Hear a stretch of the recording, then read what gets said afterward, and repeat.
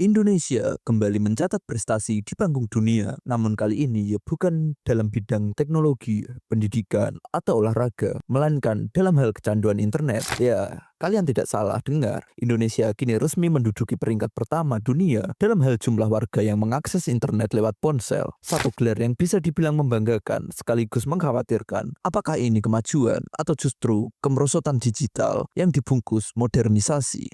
Menurut laporan digital 2025 Global Overview, sebanyak 98,7% warga Indonesia usia 16 tahun ke atas mengakses internet menggunakan smartphone. Angka ini bukan main-main. Indonesia melampaui Filipina dan Afrika Selatan yang masing-masing mencatat 98,5%.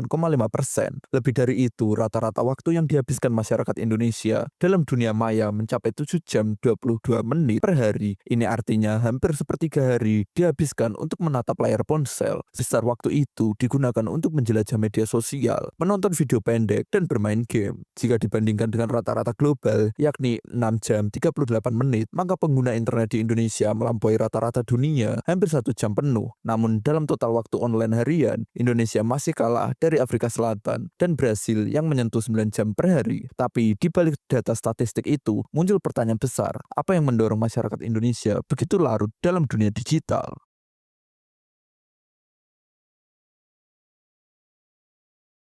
Fenomena ini bukan sekedar kecanduan perangkat, tetapi juga refleksi dari kehidupan sosial. Bagi sebagian warga Indonesia, dunia digital adalah pelarian dari realitas yang keras, kemacetan, kemiskinan, ketidakpastian kerja, hingga tekanan sosial. Kita hidup di era algoritma. Aplikasi-aplikasi sosial media dirancang untuk membuat kita betah, terpaku, dan tergantung. Konten yang diatur agar sesuai minat membuat kita makin tenggelam, dan secara tak sadar, waktu berjalan begitu cepat. Lebih jauh lagi, banyak orang tua membiarkan anak-anak mereka mengakses gawai sejak dini.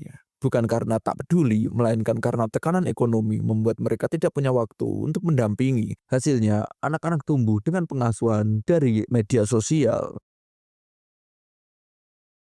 Data dari Kementerian Komunikasi dan Informatika menyebut bahwa 19,3% anak Indonesia sudah mengalami gejala kecanduan internet. Ini termasuk penggunaan gadget lebih dari 5 jam per hari tanpa tujuan edukatif. Fenomena ini menjadi dilema. Di satu sisi, digitalisasi adalah keniscayaan, namun di sisi lain, tanpa literasi digital yang memadai, kita membentuk generasi yang lebih mahir membuat konten daripada berpikir kritis. Taman bermain kini sepi, obrolan keluarga digantikan suara notifikasi, dan pendidikan menjadi formalitas semata karena murid lebih tertarik dengan tren TikTok ketimbang mata pelajaran. Dan banyak warganet yang bereaksi mengenai fenomena ini. Reaksi ini mencerminkan kekecewaan publik sekaligus kegelisahan kolektif bahwa negara ini makin tenggelam dalam dunia virtual tanpa kendali. Kritik publik juga mengarah pada lemahnya regulasi pemerintah. Di negara lain seperti India dan Tiongkok, pemerintah cukup ketat dalam mengatur jam penggunaan internet pada anak dan membatasi aplikasi asing. Namun di Indonesia, nyaris semua aplikasi bisa diakses bebas, bahkan oleh anak-anak. Literasi digital belum menjadi kurikulum wajib yang serius, bahkan beberapa kementerian justru menggencarkan digitalisasi tanpa menyentuh aspek etika penggunaan. Pemerintah memang menggulirkan program internet masuk desa dan digitalisasi UMKM, tapi ironisnya, yang berkembang pesat justru konten-konten receh dan banyaknya berita hoaks di media sosial.